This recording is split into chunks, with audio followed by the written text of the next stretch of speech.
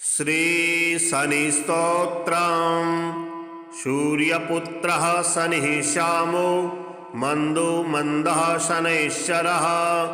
छायागर्भोद्भवो वीरो दीर्घवक्त्रः प्रतापवान्।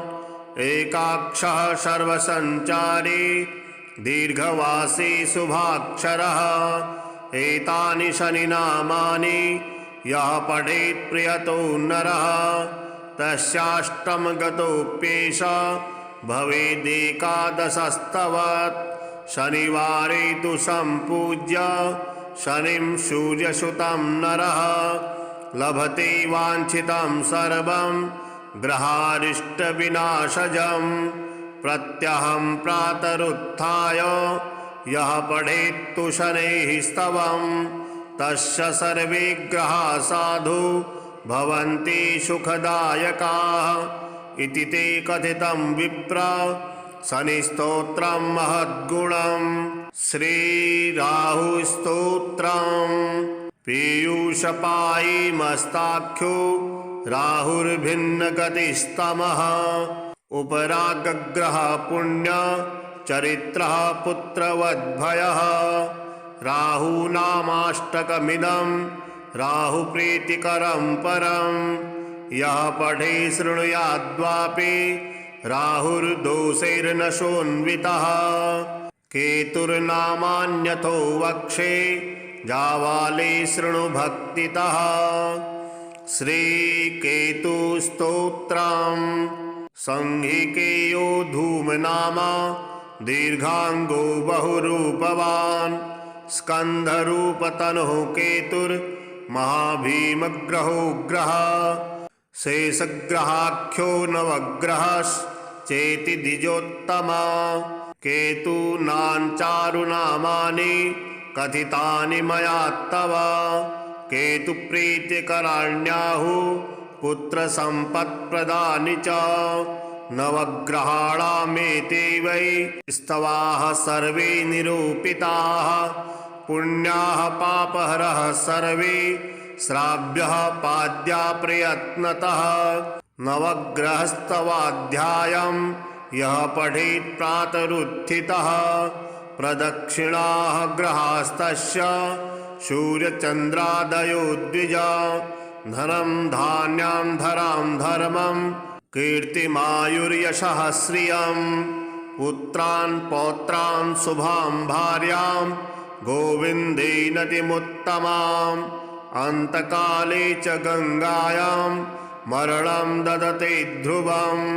दुःस्वप्ननाशनाः सर्वे ज्ञातिषैष्ट्यप्रसाधकाः। पितॄणां प्रीतिदा एते नवग्रहमहास्तवाः।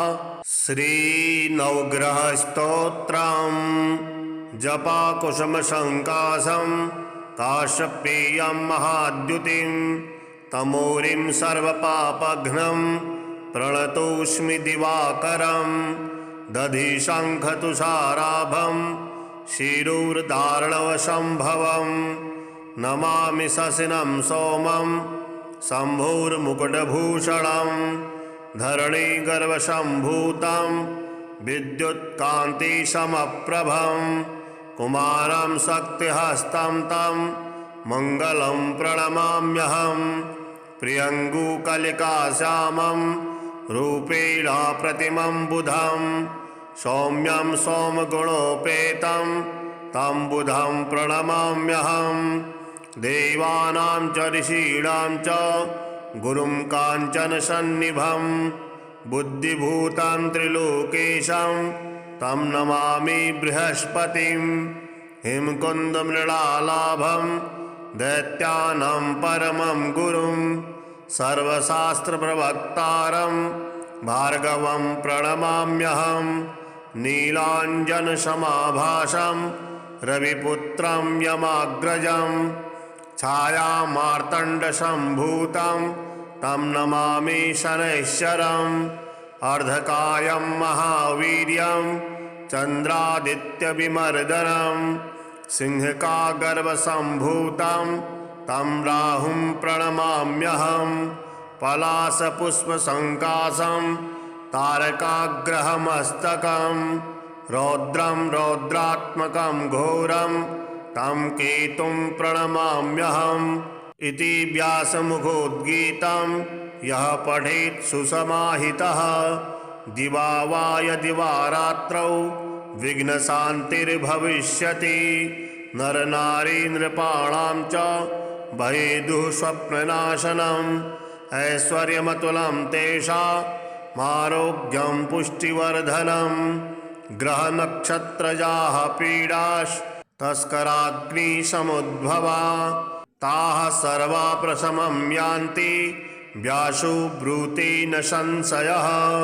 श्री हनुमद्रक्षास्तोत्रम् प्रणम्य श्रीगणेशं च श्रीरामं मारुतिं तथा रक्षामिमां पठेत् प्राज्ञः श्रद्धा भक्ति समन्वितः। शिरो मे हनुमान् पातु भालं पवननन्दनः आञ्जनेयो दृशो पातु रामचन्द्रप्रियश्रुति घ्राणं पातु महावीरो मुखं लक्ष्मणप्राणदः जिह्वां मनोजवः पातु कंठं पातु जितेन्द्रियः स्कन्धो महाबली पातु भुजौ सङ्कटमोचनः करो विश्वम्भरः पातु हृदयं सर्वशक्तिमान् मध्यं पातु महातेजाः नाभिं सागरलङ्घनः रामदूतः कटी पातु शक्थिनी राक्षसेन्द्रजित् उरुपुच्छवलः पातु भीमगर्वापहारकः जानुनी श्रीप्रदः पातु जङ्घे लङ्काप्रदाहकः पादौ श्रीरामभक्तस्य सूर्यमण्डलभक्षकः हनुमान् पातु मे कायं मकरध्वजजन्मदः एतां रुद्रबलोपेतां रक्षां यः सुकृती पठेत् स दीर्घायु सुखी पुत्री बलवान् बुद्धिमान् भवेत्। श्रीरामचन्द्रार्पणमस्तु। सूर्यपुत्रः शनिः श्यामो मन्दो मन्दः शनैश्चरः छायागर्भोद्भवो वीरो दीर्घवक्त्रः प्रतापवान् एकाक्षः सर्वसञ्चारी दीर्घवासी शुभाक्षरः एतानि शनिनामानि यः पठेत् प्रियतो नरः तस्याष्टमगतोऽप्येष भवेदेकादशस्तवत् शनिवारे तु सम्पूज्य शनिं सूर्यसुतं नरः लभते वाञ्छितं सर्वं ग्रहारिष्टविनाशजम् प्रत्यहं प्रातरुत्थाय यः पठेत्तु शनैः स्तवं तस्य सर्वे ग्रहाः साधु भवन्ति सुखदायकाः इति ते कथितं विप्र शनिस्तोत्रं महद्गुणम्। श्रीराहुस्तोत्रम् पीयूषपायी मस्ताख्यो राहुर्भिन्नगतिस्तमः उपरागग्रह पुण्य चरित्रः पुत्रवद्भयः राहूनामाष्टकमिदं राहुप्रीतिकरं परं यः पठे शृणुयाद्वापि राहुर्दोषैर्न शोन्वितः केतुर्नामान्यथो वक्षे जावाले शृणु भक्तितः। श्रीकेतुस्तोत्रम् संहिकेयो धूमनामा दीर्घांगो बहुरूपवान् स्कन्धरूपतनुः केतुर्महाभीमग्रहो ग्रहः शेषग्रहाख्यो नवग्रहश्चेति द्विजोत्तमा केतूनाञ्चारुनामानि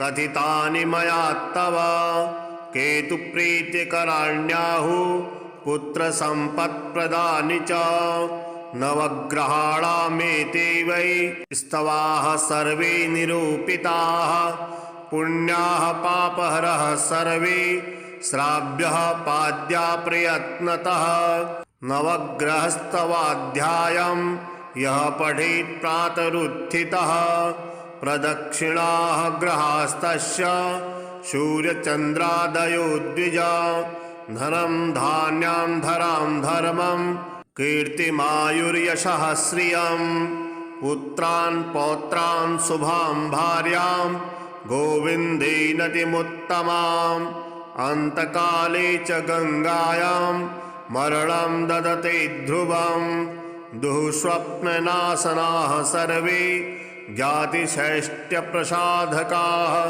पितॄणां प्रीतिदा एते नवग्रहमहास्तवाः।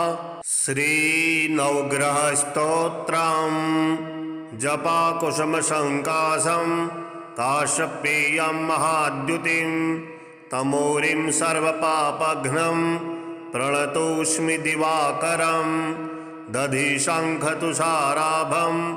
शिरोर्धारणवसम्भवं नमामि शशिनं सोमं शम्भोर्मुकुटभूषणं धरणीगर्भसम्भूतं विद्युत्कान्तिसमप्रभं कुमारं शक्तिहस्तं तं मङ्गलं प्रणमाम्यहं प्रियङ्गुकलिकाश्यामं रूपेण प्रतिमं बुधं सौम्यं सोमगुणोपेतं तं बुधं प्रणमाम्यहं देवानां च ऋषीणां च गुरुं काञ्चनसन्निभं बुद्धिभूतं त्रिलोकेशं तं नमामि बृहस्पतिं हिमकुन्दमृणालाभं दैत्यानां परमं गुरुं सर्वशास्त्रप्रवक्तारं भार्गवं प्रणमाम्यहं नीलाञ्जनसमाभासं रविपुत्रं यमाग्रजं छायामार्तण्डसम्भूतं तं नमामि शनैश्वरम् अर्धकायं महावीर्यं चन्द्रादित्यविमर्दनं सिंहकागर्भसम्भूतं तं राहुं प्रणमाम्यहं पलाशपुष्पसङ्काशं तारकाग्रहमस्तकं रौद्रं रौद्रात्मकं घोरं तं केतुं प्रणमाम्यहम् इति व्यासमुखोद्गीतं यः पठेत् सुसमाहितः दिवा वा यदि वा रात्रौ विघ्नशान्तिर्भविष्यति नरनारी नृपाणां च भयेदुः स्वप्ननाशनम् ऐश्वर्यमतुलं तेषामारोग्यं पुष्टिवर्धनं ग्रहनक्षत्रजाः पीडास्तस्कराग्निसमुद्भवा ताः सर्वा प्रशमं यान्ति व्यासो ब्रूते न संशयः।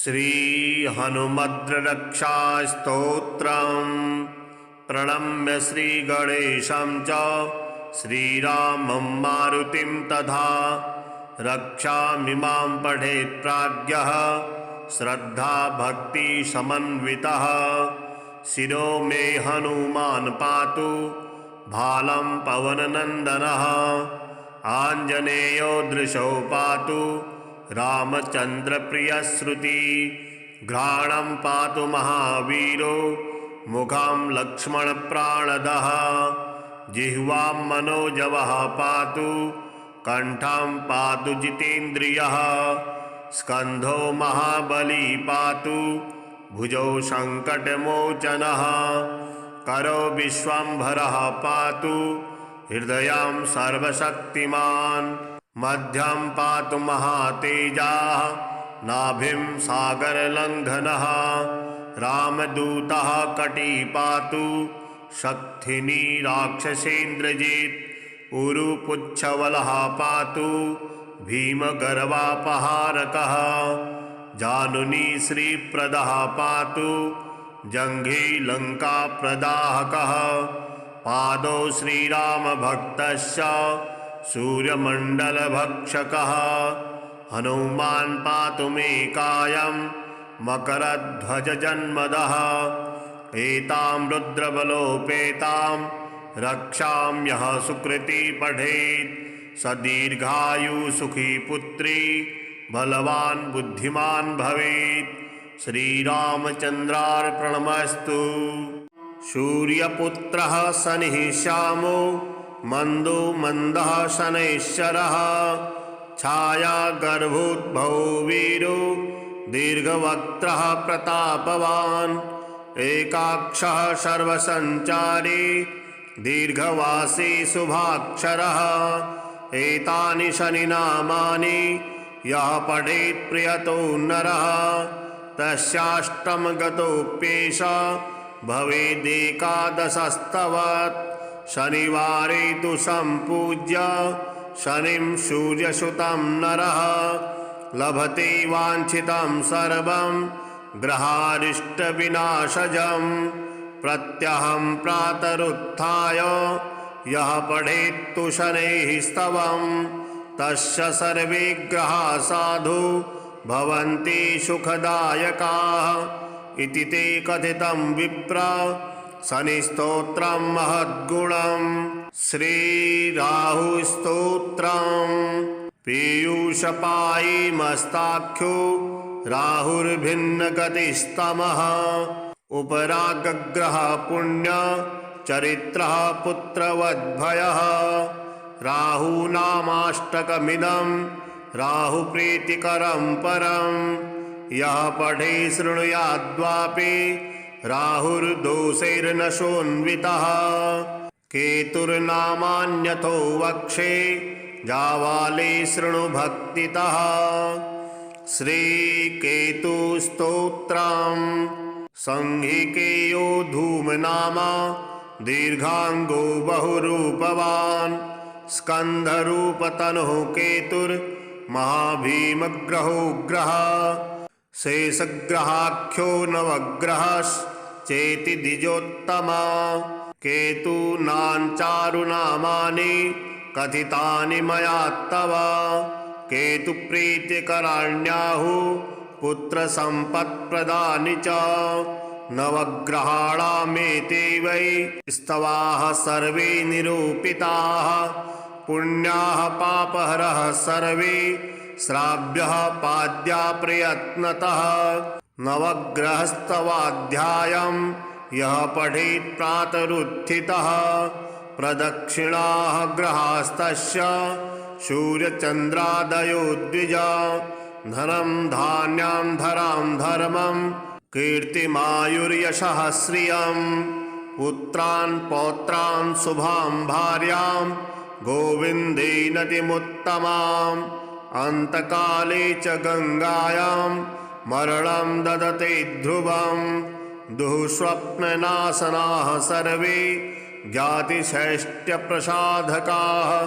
पितॄणां प्रीतिदा एते नवग्रहमहास्तवाः। श्रीनवग्रहस्तोत्रम्। जपाकुसुमसङ्काशं काश्यपेयं महाद्युतिं। तमोरिं सर्वपापघ्नं प्रणतोऽस्मि दिवाकरं। दधिशङ्खतुषाराभं शिरोर्धारणवसम्भवं। नमामि शशिनं सोमं शम्भोर्मुकुटभूषणं। धरणीगर्भसम्भूतं विद्युत्कान्तिसमप्रभं। कुमारं शक्तिहस्तं तं मङ्गलं प्रणमाम्यहम्। प्रियङ्गुकलिकाश्यामं रूपेण प्रतिमं बुधं। सौम्यं सोमगुणोपेतं तं बुधं प्रणमाम्यहम्। देवानां च ऋषीणां च गुरुं काञ्चनसन्निभं। बुद्धिभूतं त्रिलोकेशं तं नमामि बृहस्पतिं। हिमकुन्दमृणालाभं दैत्यानां परमं गुरुं। सर्वशास्त्रप्रवक्तारं भार्गवं प्रणमाम्यहम्। नीलाञ्जनसमाभासं रविपुत्रं यमाग्रजं। छायामार्तण्डसम्भूतं तं नमामि शनैश्चरम्। अर्धकायं महावीर्यं चन्द्रादित्यविमर्दनं। सिंहकागर्भसम्भूतं तं राहुं प्रणमाम्यहम्। पलाशपुष्पसङ्काशं तारकाग्रहमस्तकं रौद्रं रौद्रात्मकं घोरं तं केतुं प्रणमाम्यहम् इति व्यासमुखोद्गीतं यः पठेत् सुसमाहितः दिवा वा यदि वा रात्रौ विघ्नशान्तिर्भविष्यति। नरनारी नृपाणां च भयेदुः स्वप्ननाशनम् ऐश्वर्यमतुलं तेषामारोग्यं पुष्टिवर्धनम्।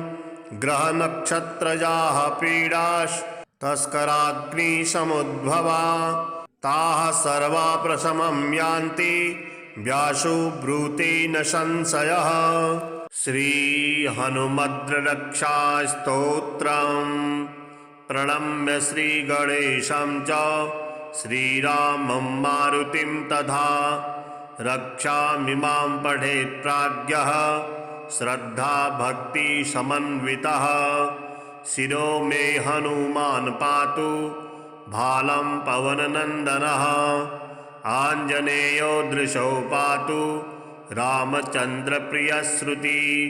घ्राणं पातु महावीरो मुखं लक्ष्मणप्राणदः जिह्वां मनोजवः पातु कंठं पातु जितेन्द्रियः। स्कन्धो महाबली पातु भुजौ सङ्कटमोचनः करो विश्वम्भरः पातु हृदयं सर्वशक्तिमान्। मध्यं पातु महातेजाः नाभिं सागरलङ्घनः रामदूतः कटी पातु शक्तिनी राक्षसेन्द्रजित्। उरुपुच्छवलः पातु भीमगर्वापहारकः जानुनी श्रीप्रदः पातु जङ्घे लङ्काप्रदाहकः। पादौ श्रीरामभक्तस्य सूर्यमण्डलभक्षकः हनुमान् पातु मे कायं मकरध्वजजन्मदः।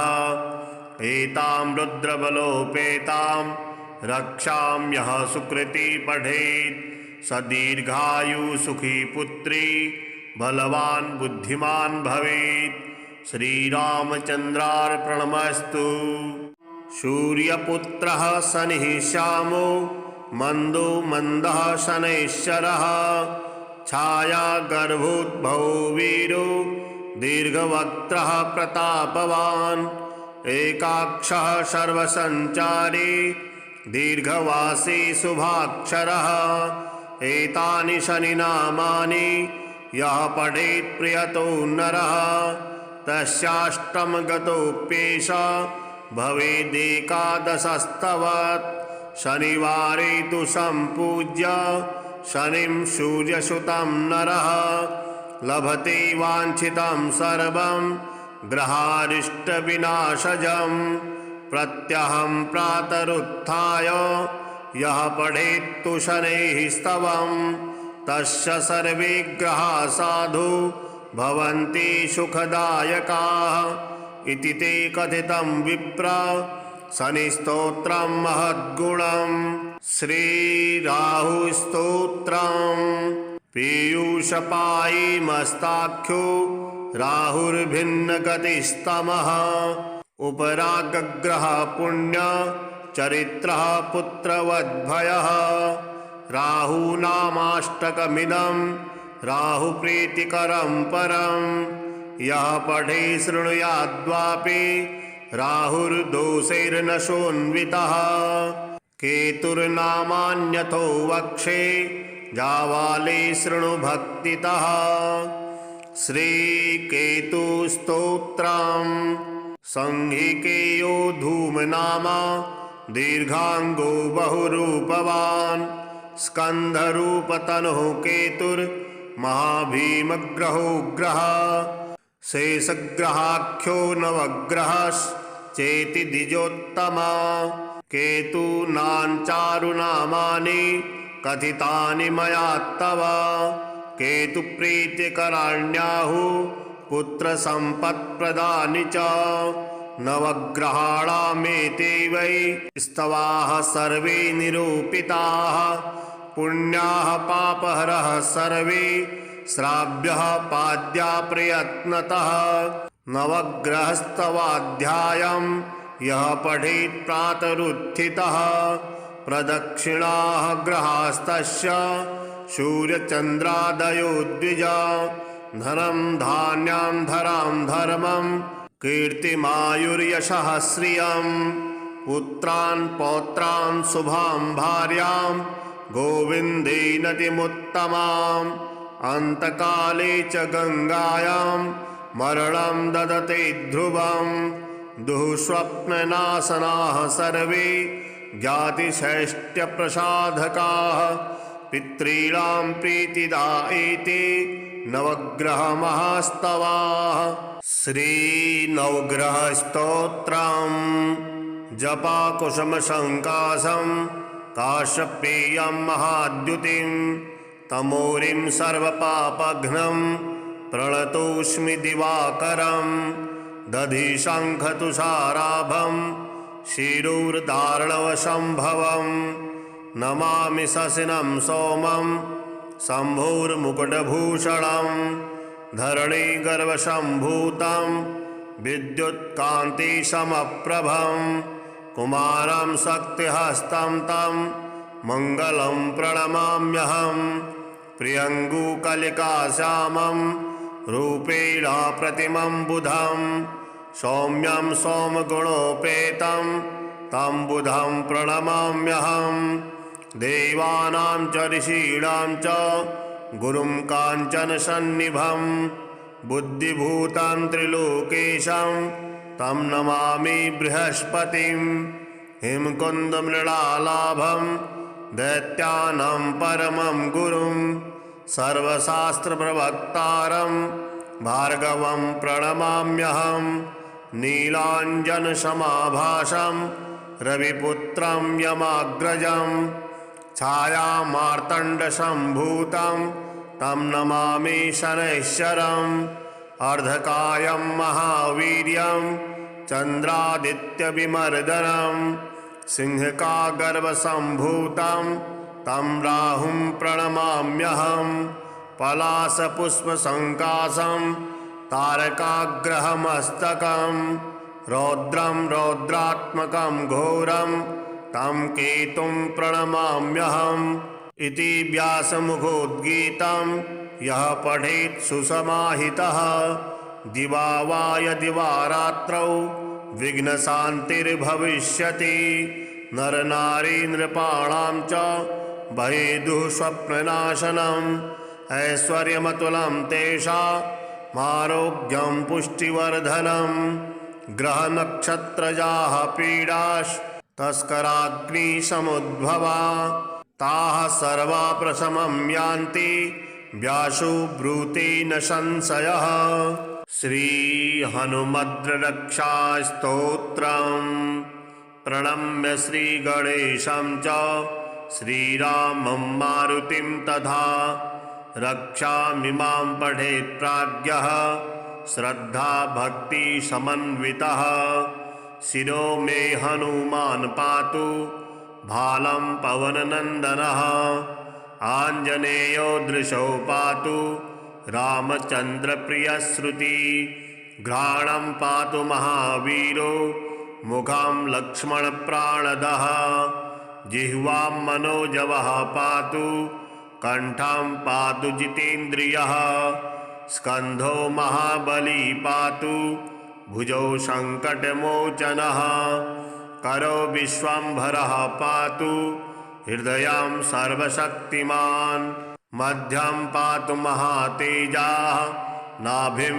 सागरलङ्घनः रामदूतः कटी पातु शक्तिनी राक्षसेन्द्रजित् उरुपुच्छवलः पातु भीमगर्वापहारकः जानुनी श्रीप्रदः पातु जङ्घे लङ्काप्रदाहकः पादौ श्रीरामभक्तस्य सूर्यमण्डलभक्षकः हनुमान् पातु मे कायं मकरध्वजजन्मदः एतां रुद्रबलोपेतां रक्षां यः सुकृती पठेत् स दीर्घायु सुखी पुत्री बलवान् बुद्धिमान् भवेत्। श्रीरामचन्द्रार्पणमस्तु। सूर्यपुत्रः शनिः श्यामो मन्दो मन्दः शनैश्चरः। छायागर्भोद्भवो वीरो दीर्घवक्त्रः प्रतापवान्। एकाक्षः सर्वसञ्चारी दीर्घवासी शुभाक्षरः। एतानि शनिनामानि यः पठेत् प्रियतो नरः।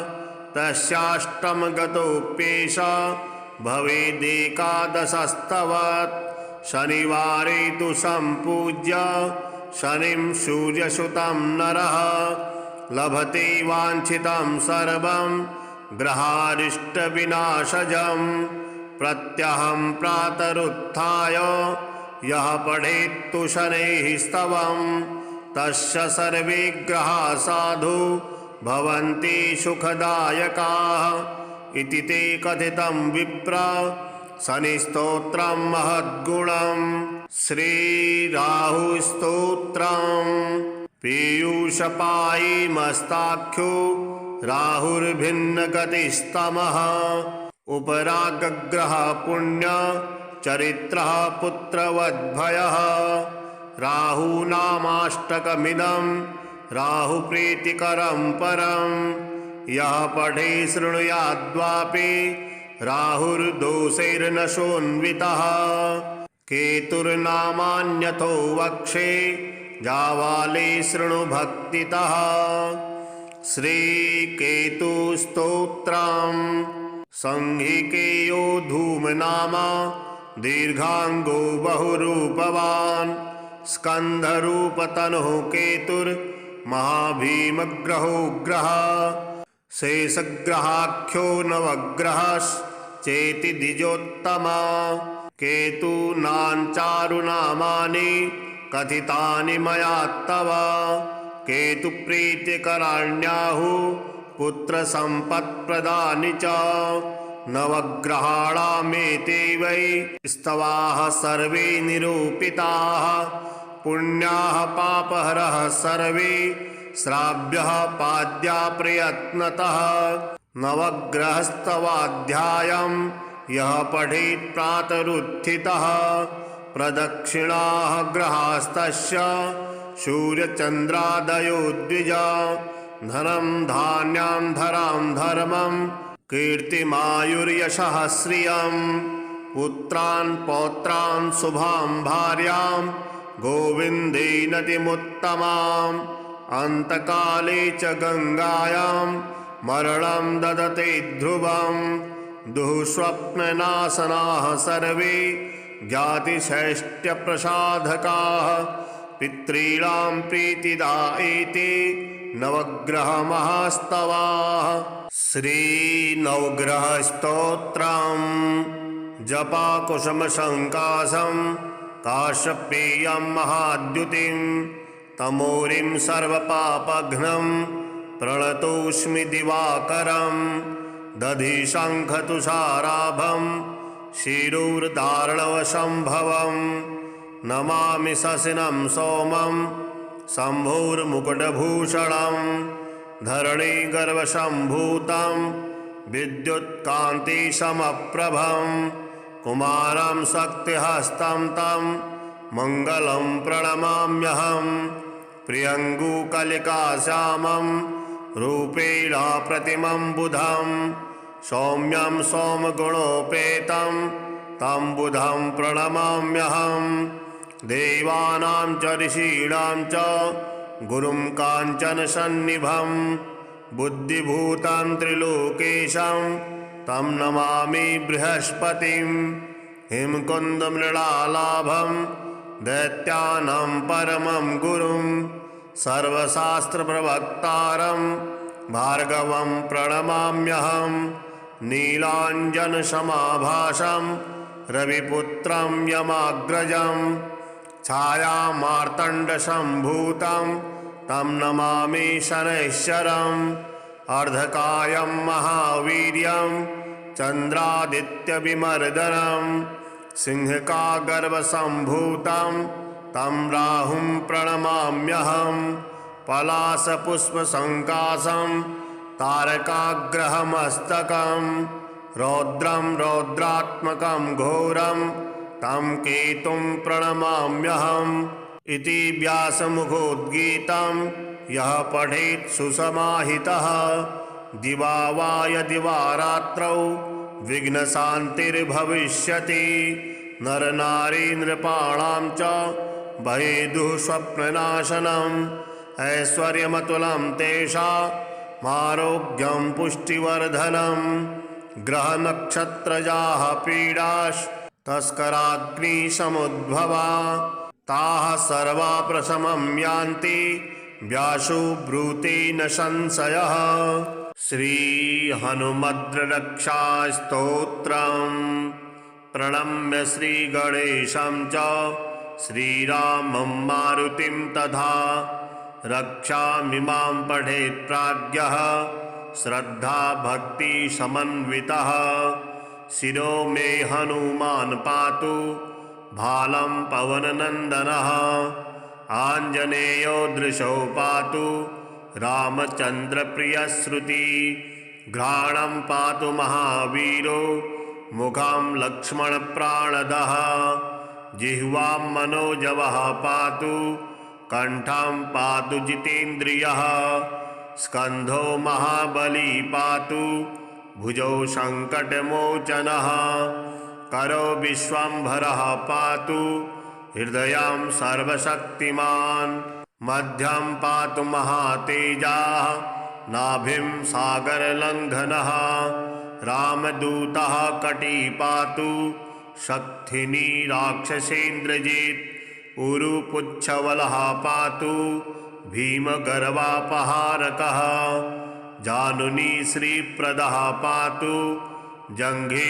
लङ्काप्रदाहकः पादौ श्रीरामभक्तस्य सूर्यमण्डलभक्षकः हनुमान् पातु मे कायं मकरध्वजजन्मदः एतां रुद्रबलोपेतां रक्षां यः सुकृती पठेत् स दीर्घायु सुखी पुत्री बलवान् बुद्धिमान् भवेत्। श्रीरामचन्द्रार्पणमस्तु। सूर्यपुत्रः शनिः श्यामो मन्दो मन्दः शनैश्चरः छायागर्भोद्भवो वीरो दीर्घवक्त्रः प्रतापवान् एकाक्षः सर्वसञ्चारी दीर्घवासी शुभाक्षरः एतानि शनिनामानि यः पठेत् प्रियतो नरः तस्याष्टमगतोऽप्येष भवेदेकादशस्तवत् शनिवारे तु सम्पूज्य शनिं सूर्यसुतं नरः लभते वाञ्छितं सर्वं ग्रहारिष्टविनाशजम् प्रत्यहं प्रातरुत्थाय यः पठेत्तु शनैः स्तवं तस्य सर्वे ग्रहाः साधु भवन्ति सुखदायकाः इति ते कथितं विप्र शनिस्तोत्रं महद्गुणम्। श्रीराहुस्तोत्रम् पीयूषपायी मस्ताख्यो राहुर्भिन्नगतिस्तमः उपरागग्रह पुण्य चरित्रः पुत्रवद्भयः राहूनामाष्टकमिदं राहुप्रीतिकरं परं यः पठे शृणुयाद्वापि राहुर्दोषैर्न शोन्वितः केतुर्नामान्यथो वक्षे जावाले शृणु भक्तितः। श्रीकेतुस्तोत्रम् संहिकेयो धूमनामा दीर्घांगो बहुरूपवान् स्कन्धरूपतनुः केतुर्महाभीमग्रहोग्रः शेषग्रहाख्यो नवग्रहश्चेति द्विजोत्तमा केतूनाञ्चारुनामानि कथितानि मया तव केतुप्रीतिकराण्याहुः पुत्रसम्पत्प्रदानि च नवग्रहाणामेते वै स्तवाः सर्वे निरूपिताः पुण्याः पापहरः सर्वे श्राव्यः पाद्या प्रयत्नतः नवग्रहस्तवाध्यायं यः पठेत् प्रातरुत्थितः प्रदक्षिणाः ग्रहास्तस्य सूर्यचन्द्रादयो द्विजा धनं धान्यां धरां धर्मं कीर्तिमायुर्यशः श्रियम् पुत्रान् पौत्रान् शुभां भार्यां गोविन्देनतिमुत्तमाम् अन्तकाले च गङ्गायां मरणं ददते ध्रुवम् दुःस्वप्ननाशनाः सर्वे ज्ञातिषैष्ट्यप्रसाधकाः पितॄणां प्रीतिदा एते नवग्रहमहास्तवाः। श्रीनवग्रहस्तोत्रम् जपाकुसुमसङ्काशं काश्यपेयं महाद्युतिं तमोरिं सर्वपापघ्नं प्रणतोऽस्मि दिवाकरं दधिशङ्खतुषाराभं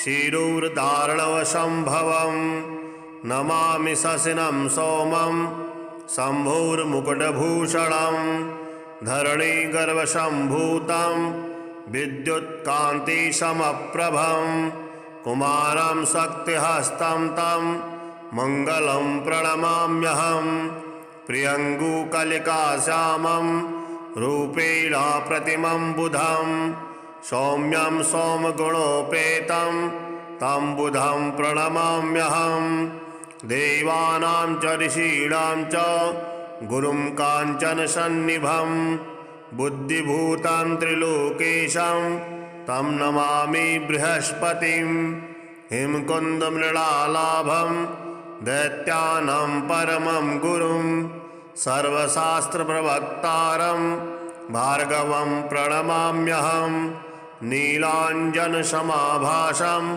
रविपुत्रं यमाग्रजं छायामार्तण्डसम्भूतं तं नमामि शनैश्चरम् अर्धकायं महावीर्यं चन्द्रादित्यविमर्दनं सिंहकागर्भसम्भूतं तं राहुं प्रणमाम्यहं पलाशपुष्पसङ्काशं तारकाग्रहमस्तकं रौद्रं रौद्रात्मकं घोरं तं केतुं प्रणमाम्यहम् इति व्यासमुखोद्गीतं यः पठेत् सुसमाहितः दिवा वा यदि वा रात्रौ विघ्नशान्तिर्भविष्यति नरनारी नृपाणां च भयेदुः स्वप्ननाशनम् ऐश्वर्यमतुलं तेषामारोग्यं पुष्टिवर्धनं ग्रहनक्षत्रजाः पीडास्तस्कराग्निसमुद्भवा ताः सर्वा प्रशमं यान्ति व्यासो ब्रूते न संशयः। श्रीहनुमद्ररक्षास्तोत्रम् प्रणम्य श्रीगणेशं च श्रीरामं मारुतिं तथा रक्षामिमां पठेत् प्राज्ञः श्रद्धाभक्तिसमन्वितः शिरो मे हनुमान् पातु भालं पवननन्दनः आञ्जनेयो दृशो पातु रामचन्द्रप्रियश्रुति घ्राणं पातु महावीरो मुखं लक्ष्मणप्राणदः जिह्वां मनोजवः पातु कण्ठं पातु जितेन्द्रियः स्कन्धो महाबली पातु भुजौ सङ्कटमोचनः करो विश्वम्भरः पातु हृदयं सर्वशक्तिमान् मध्यं पातु महातेजाः नाभिं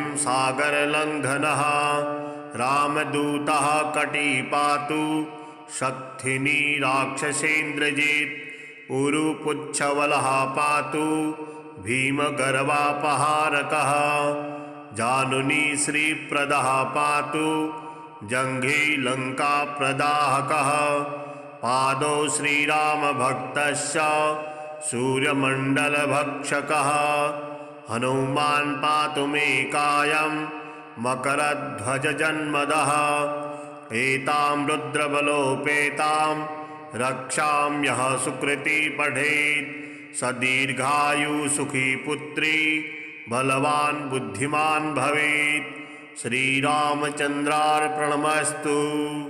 सूर्यपुत्रः शनिः श्यामो मन्दो मन्दः शनैश्चरः छाया गर्भोद्भवो वीरो दीर्घवक्त्रः प्रतापवान् एकाक्षः सर्वसञ्चारी दीर्घवासी शुभाक्षरः एतानि शनिनामानि यः पठेत् प्रियतो नरः तस्याष्टमगतोऽप्येष भवेदेकादशस्तवत्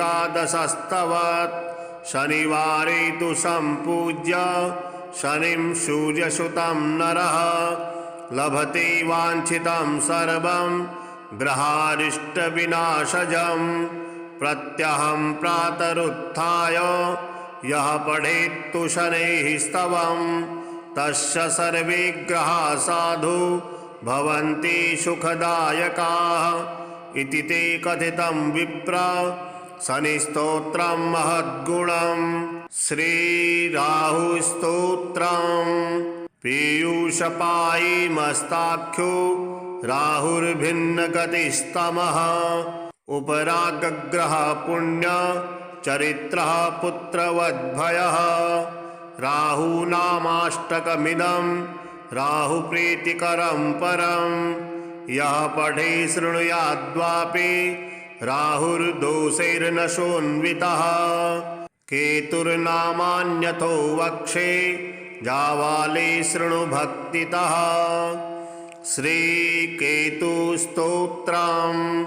संहिकेयो धूमनामा दीर्घांगो बहुरूपवान् स्कन्धरूपतनुः केतुर्महाभीमग्रहो ग्रहः शेषग्रहाख्यो नवग्रहश्चेति द्विजोत्तमा केतूनाञ्चारुनामानि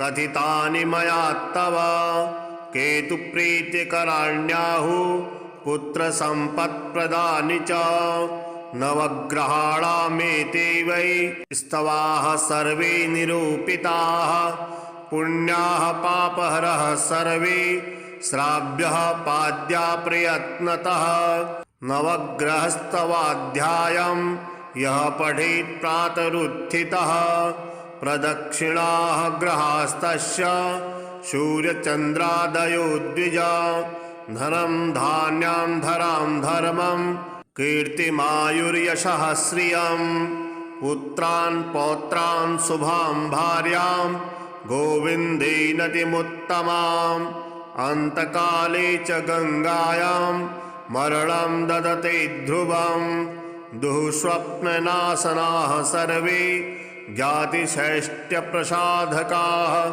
पितॄणां प्रीतिदा एते नवग्रहमहास्तवाः। श्रीनवग्रहस्तोत्रम्।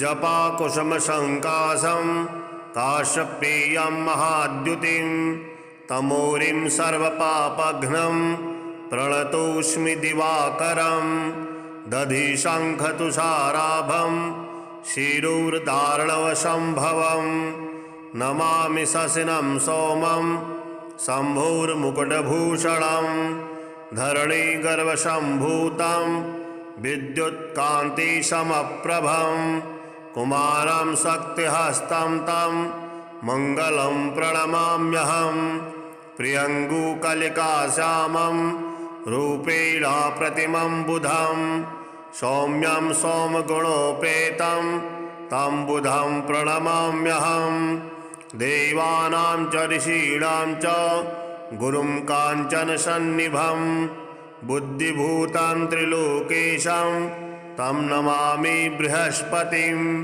हिमकुन्दमृणालाभं दैत्यानां परमं गुरुं सर्वशास्त्रप्रवक्तारं भार्गवं प्रणमाम्यहं नीलाञ्जनसमाभासं रविपुत्रं यमाग्रजं छायामार्तण्डसम्भूतं तं नमामि शनैश्चरम् अर्धकायं महावीर्यं चन्द्रादित्यविमर्दनं सिंहकागर्भसम्भूतं तं राहुं प्रणमाम्यहं पलाशपुष्पसङ्काशं तारकाग्रहमस्तकं रौद्रं रौद्रात्मकं घोरं तं केतुं प्रणमाम्यहम् इति व्यासमुखोद्गीतं यः पठेत् सुसमाहितः दिवा वा यदि वा रात्रौ विघ्नशान्तिर्भविष्यति। नरनारी नृपाणां च भयेदुः स्वप्ननाशनम् ऐश्वर्यमतुलं तेषामारोग्यं पुष्टिवर्धनम्। ग्रहनक्षत्रजाः पीडास्तस्कराग्निसमुद्भवा ताः सर्वा प्रशमं यान्ति व्यासो ब्रूते न संशयः। श्रीहनुमद्रक्षास्तोत्रम् प्रणम्य श्रीगणेशं च श्रीरामं मारुतिं तथा रक्षामिमां पठेत् प्राज्ञः श्रद्धा भक्ति समन्वितः। शिरो मे हनुमान् पातु भालं पवननन्दनः आञ्जनेयो दृशो पातु रामचन्द्रप्रियश्रुति। घ्राणं पातु महावीरो मुखं लक्ष्मणप्राणदः जिह्वां मनोजवः पातु कण्ठं पातु जितेन्द्रियः। स्कन्धो महाबली पातु भुजौ सङ्कटमोचनः करो विश्वम्भरः पातु हृदयं सर्वशक्तिमान्। मध्यं पातु महातेजाः नाभिं सागरलङ्घनः रामदूतः कटी पातु शक्तिनी राक्षसेन्द्रजित्।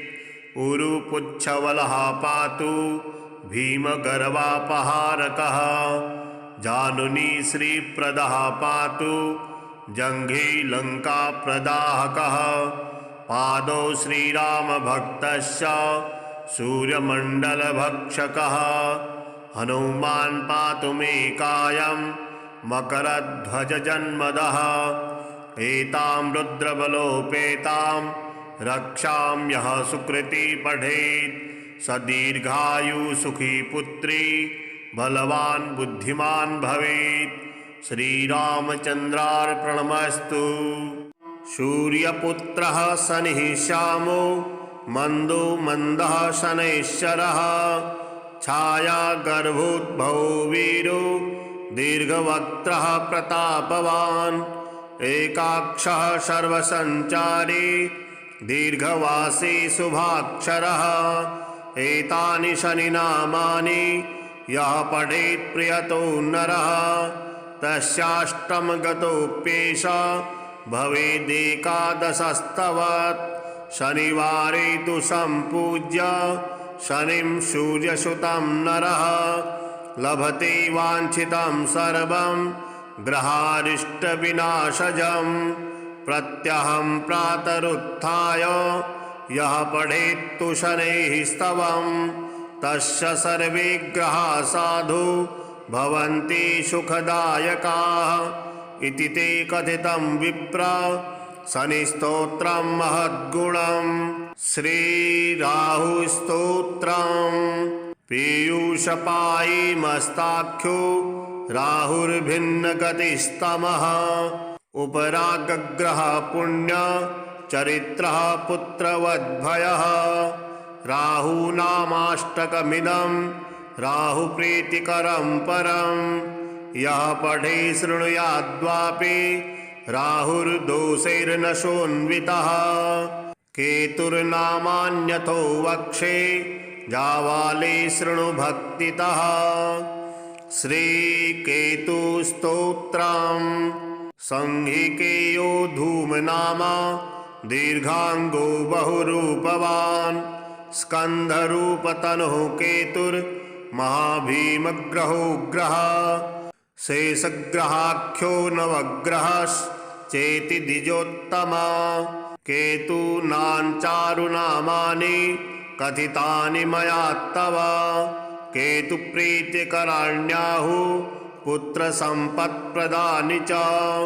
नवग्रहाणामेते वै स्तवाः सर्वे निरूपिताः पुण्याः पापहरः सर्वे श्राव्यः पाद्या प्रयत्नतः नवग्रहस्तवाध्यायं यः पठेत् प्रातरुत्थितः प्रदक्षिणाः ग्रहास्तस्य सूर्यचन्द्रादयो द्विजा धनं धान्यां धरां धर्मं कीर्तिमायुर्यशः श्रियं पुत्रान् पौत्रान् शुभां भार्यां गोविन्देनतिमुत्तमाम् अन्तकाले च गङ्गायां मरणं ददते ध्रुवं दुःस्वप्ननाशनाः सर्वे ज्ञातिषैष्ट्यप्रसाधकाः पितॄणां प्रीतिदायेते नवग्रहमहास्तवाः।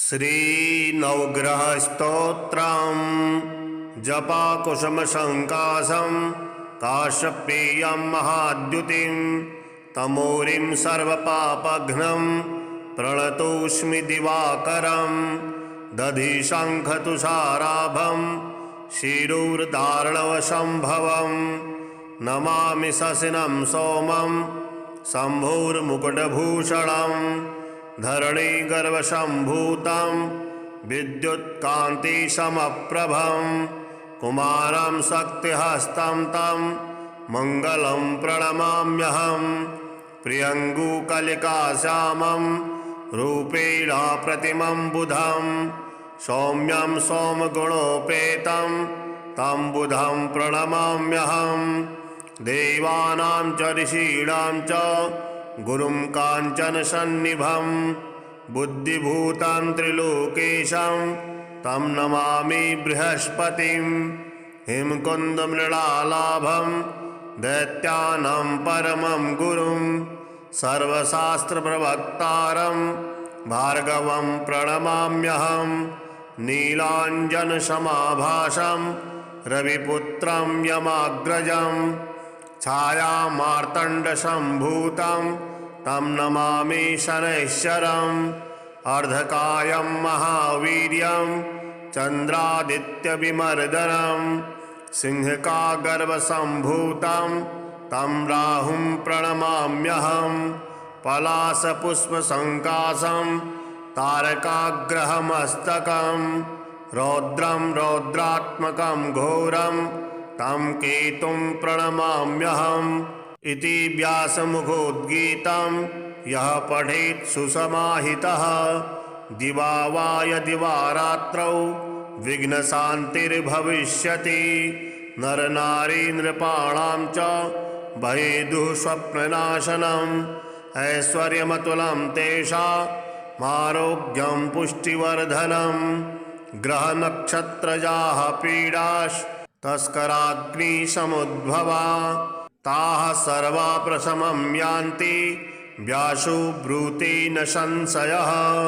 श्रीहनुमद्रक्षास्तोत्रम् प्रणम्य श्रीगणेशं च श्रीरामं मारुतिं तथा रक्षामिमां पठेत् प्राज्ञः श्रद्धा भक्तिसमन्वितः शिरो मे हनुमान् पातु भालं पवननन्दनः आञ्जनेयो दृशो पातु रामचन्द्रप्रियश्रुति घ्राणं पातु महावीरो मुखं लक्ष्मणप्राणदः जिह्वां मनोजवः पातु कण्ठं पातु जितेन्द्रियः स्कन्धो महाबली पातु भुजौ सङ्कटमोचनः करो विश्वम्भरः पातु हृदयं सर्वशक्तिमान् मध्यं पातु महातेजाः नाभिं सागरलङ्घनः रामदूतः कटी पातु शक्तिनी राक्षसेन्द्रजित् उरुपुच्छवलः पातु भीमगर्वापहारकः जानुनी श्रीप्रदः पातु जङ्घे लङ्काप्रदाहकः पादौ श्रीरामभक्तस्य सूर्यमण्डलभक्षकः हनुमान् पातु मे कायं मकरध्वजजन्मदः एतां रुद्रबलोपेतां रक्षां यः सुकृती पठेत् स दीर्घायु सुखी पुत्री बलवान बुद्धिमान भवेत्। श्रीरामचंद्रार्पणमस्तु।